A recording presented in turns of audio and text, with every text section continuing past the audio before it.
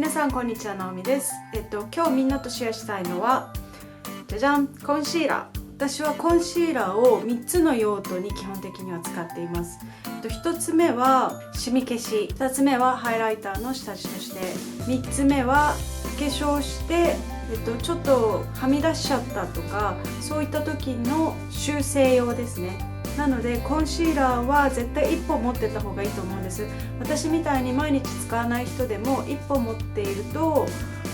すごい重宝しますし、いざっていう時に絶対に役に立つので、私が、今までで一番最強に安くて最強に誰にでも合うなって思ったコンシーラーがこれです。メイベリンのインスタントエイジリワインド、特にこの目の下のクマを消してくれるっていう優れものなんですけれども、なんでこれがいいかっていうと、まずコストパフォーマンスがすごいいいこと。ドラッグストアとかでね、手軽に買えるもので、他のブランド、もちろん高いものを買えばそれなりにいい結果が待ってるわけなんですよ。だけど、よく使うもの、毎日使うものだし、有名な海外のビューティー系の YouTuber さんとかもこれに関してはいつもすごいコスパが良くて優秀だって言ってますね。例えばランコムとかすごい質もいいんですよ。落ちないし、これはそれに劣るずとも負けないカバー力と、あと熱くならないんですよね。目の下ってどうしても皮膚薄いし、よれやすい、1日終わるとよれてしまうっていうのがあるので、ハイブランドのコンシーラーに劣らない。で、なんで私がこのコンシーラーをご利用しするかっていうと、私実はそこまで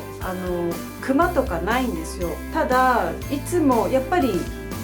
年のせいもあってムラもあって、あとそばかすとシミが結構ひどいんですね。私すごい日焼けをいっぱいするので、この辺にシミがあって、あとここに見えると思うんですけど、大きいシミがどうしても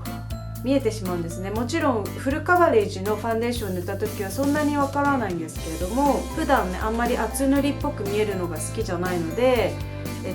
ミドルカバレージかライトウェイトのファンデーションをつけるんですけど、そうすると自然な感じでは見えるんですが、やっぱりちょっとシミが気になる時があるんですよ。でそんな時にいつも活躍してくれるのがこれなんです。すっごい毎日これを塗るわけじゃないんですよ。なんでかっていうと、さっきも言ったように、私自然に見える方が好きで、やっぱりシミとかね、別に見えてた方が肌ってすっぴんに近く見えるんですよ。完璧じゃない方が。でもたまにね、出かけたりとかデートとか、なんかちょっとちゃんとした洋服着てるのにシミとか見えててもおかしいじゃないですか。だからそういう時にはこれを使うんです。で、使い方は蓋を開けます。で、最初まだこれ新しいんです。で、クリッと回すと中のコンシーラーが少しずつ出てくる。見ますか？で、私今ファンデーションだけを塗っている状態なので、これをまず塗っていきます。私こっちにシミとこっちにシミがあるんですけど、じゃあこっちのシミをまず消していってみたいと思います。で、これをこんな感じで塗ります。で、あとは手でぼかすか、ブラシでまんべんなくするか、もしくはこういったスポンジなどで叩き込む。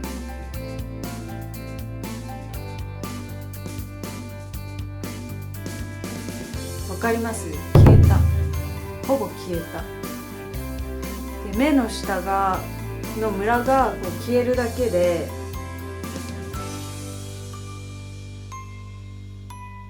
だいぶ変わってくると思うんですけど、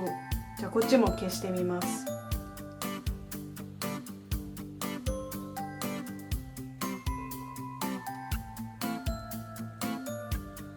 目のこの動く部分だけ軽くスポンジでなじませて、シミが濃い部分は手でなじませるといいと思います。消えた。でパウダーで、目の下をベーキングしてみます。でこれすごいのは、私今からアイシャドウをするんですけど、黒っぽいアイシャドウをする時にもこの今ベーキングをしておけば、後で例えば黒っぽい粉が落ちてしまったって時に軽くさっとはたくだけで目の下のファンデーションをきれいに保つことができますので、皆様もぜひ真似してみてください。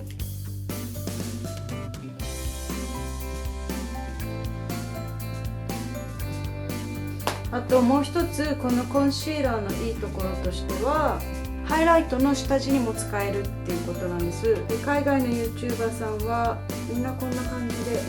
ハイライトの下地としてちょっと明るめのコンシーラーをここに塗ってます。厚塗りっぽく見えるのが嫌だって人はやらなくていいと思います。これをちょっとだけ平たくて毛先の短い筆に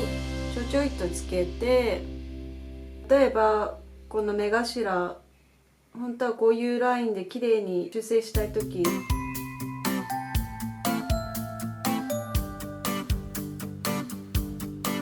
こんな感じでもできますし、眉毛を描いたとき、もっとこの先をエッジをシャープにしたいなっていうときとかにコンシーラーで修正します。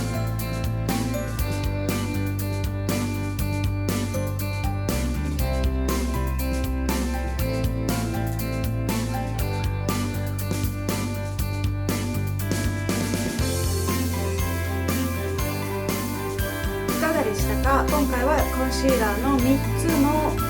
使い方について説明しました。皆さんもぜひコンシーラーを活用してみてください。